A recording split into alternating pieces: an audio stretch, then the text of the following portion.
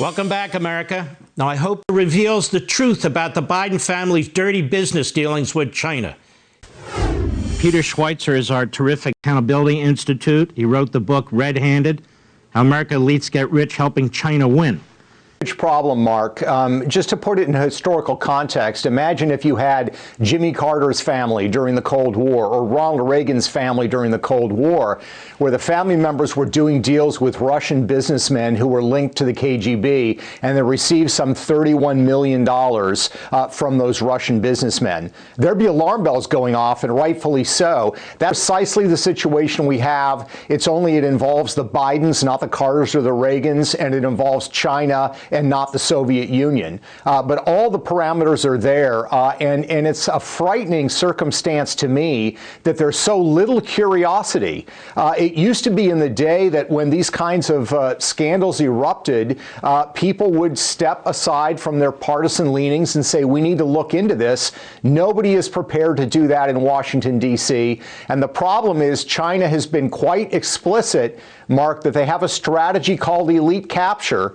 They're not doling out $31 million to political families out of philanthropy, out of charity. They're doing it because they expect to get something in return, whether they get that through leverage or other means. That's what their goal is. And I think there's no question that they're already reaping some of those benefits from these financial arrangements. You know, Mark, this is a tailor-made case for an independent counsel. It's an investigation involving the family and the President of the United States.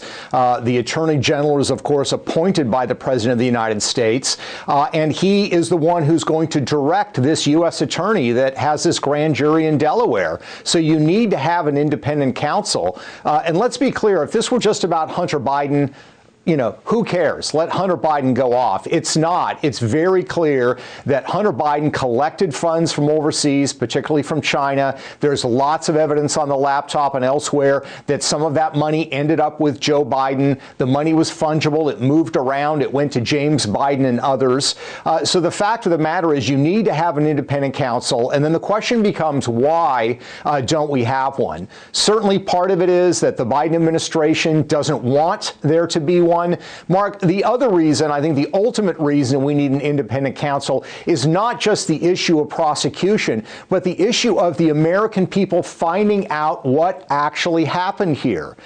Because if this U.S. attorney proceeds, let's say Hunter Biden is indicted, which I think he's going to be, there may be a settlement, there may be an agreement, and the American people never have basic questions answered because there won't be any public reporting about how much money Joe Biden got, where the $31 million ended up, what favors were granted in exchange for those funds. So an independent counsel would give us a report and allow the American people to look at the evidence and the information just separate from whether there's a prosecution and what the charges might be.